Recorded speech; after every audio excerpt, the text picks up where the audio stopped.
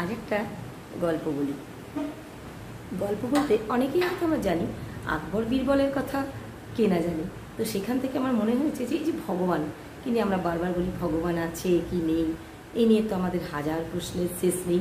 হ্যাঁ, বা অনেকে হয়তো বলবে হ্যাঁ আমরা ভগবানের উপলব্ধি করেছি, ভগবানকে আমরা বুঝতে, অনেকেই বলবে, অনেকের আবার মতবিরোধ আছে যে ভগবান বলে কিছু হয় না।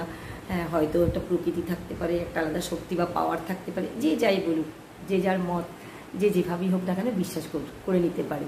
তো আমি আজকে তোমাদের বলবো যে রাজা আকবর বীরবলকে কি প্রশ্ন করেছিল।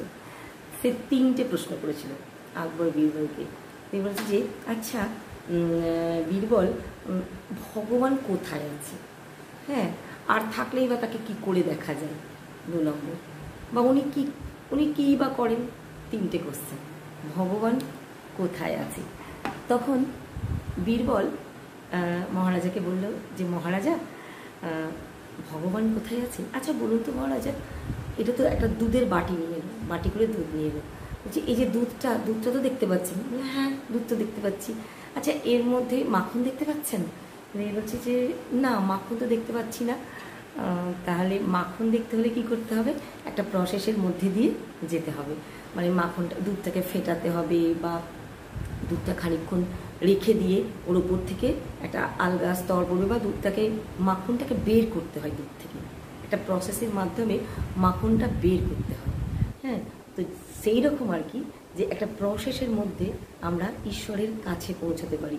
হ্যাঁ, এরকম হঠাৎ করেই ভগবানকে দেখা যায় না, এইটা একটা বললো। এবং দ্বিতীয়টা বললো যে আচ্ছা ঠিক আছে, তাহলে ভগবানকে কি করে দেখি, ভগবান দেখা যাবে কী করে? তো বললো যে ভগবান দেখা যাবে। আচ্ছা রাজামশাই, বীরবল তখন বলে আকবরকে যে মেহেন্দি পাতাতে কি রং দেখা যায়? মেহেন্দি পাতাটাতে আমরা মেহেন্দি রং বুঝতে পারি? তুই বললো না তো, তাহলে আমরা কি করে বুঝতে পারি?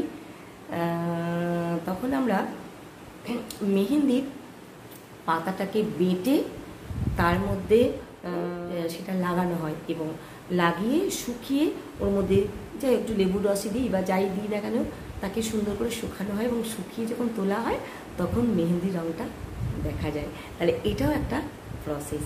তো ভগবানকে কী করে দেখবেন, সেখানেও কিন্তু আপনাকে কিছু পরিশ্রম করতে হবে বা কিছু পথ অবলম্বন করতে হবে, যেভাবে আপনি ভগবানকে দেখতে পাবেন।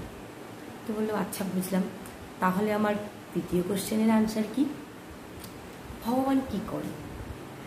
তখন বীরবল আকবরকে বলছি ভগবান কি করেন?